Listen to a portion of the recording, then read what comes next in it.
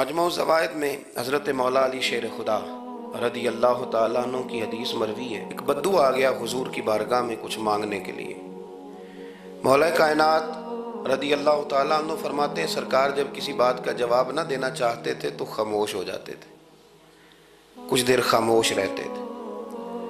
اور حضور کا خاموش رہنا بھی ہمارے محدثین نے محفوظ کیا ہے۔ اقسام حدیث میں سے ایک حدیث ہے جسے حدیث تقریری کہا جاتا ہے، وہ حدیث ہے جس میں حضور خاموش رہے، کوئی کام کیا گیا تو سرکار خاموش رہے۔ حضرت مولا علی کہتے ہیں حضور نہ خاموش ہو گئے، لیکن چونکہ دیہاتی تھا، سادہ تھا، اس نے جب بار بار گفتگو چھیڑنا چاہی تو پھر حضور نے فرمایا چل پھر مانگ لے کیا مانگتا ہے، مانگ لے پھر کیا مانگتا ہے، کر سوال۔ دیہاتی تھا، سادہ آدمی تھا۔ مولا کائنات فرماتے ہیں ہمیں یوں لگا کہ اب نہ یہ آخرت اپنی سوار جائے گا، جنت کا سوال کرے گا، لیکن بڑا ہی سادہ تھا۔ مانگنے پہ بھی آیا تو کیا مانگا، کہنے لگا یا رسول اللہ صلی اللہ علیہ وسلم میں نے سفر کرنا ہے، مجھے ایک اونٹنی عطا کر دیتے۔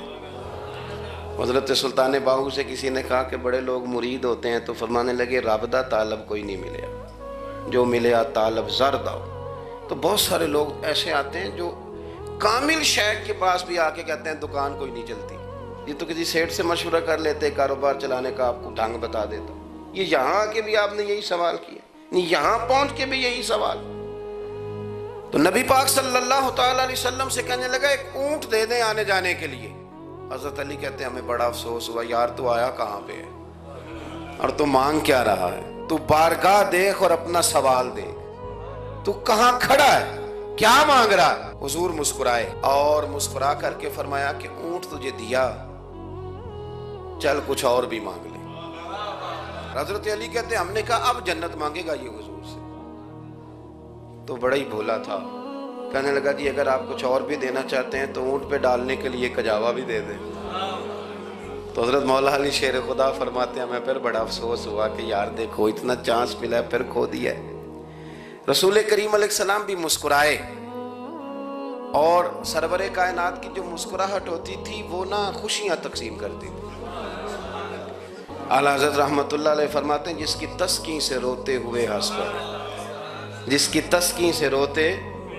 اب یہاں سوال پیدا ہوتا تھا کہ پھر اس مسکراہٹ کے لیے تو انتظار کرنا پڑتا ہوگا کہ حضور مسکرائیں تو روتے ہوئے ہنسیں، تو اگلا شعر بھی ہے اور جواب بھی ہے۔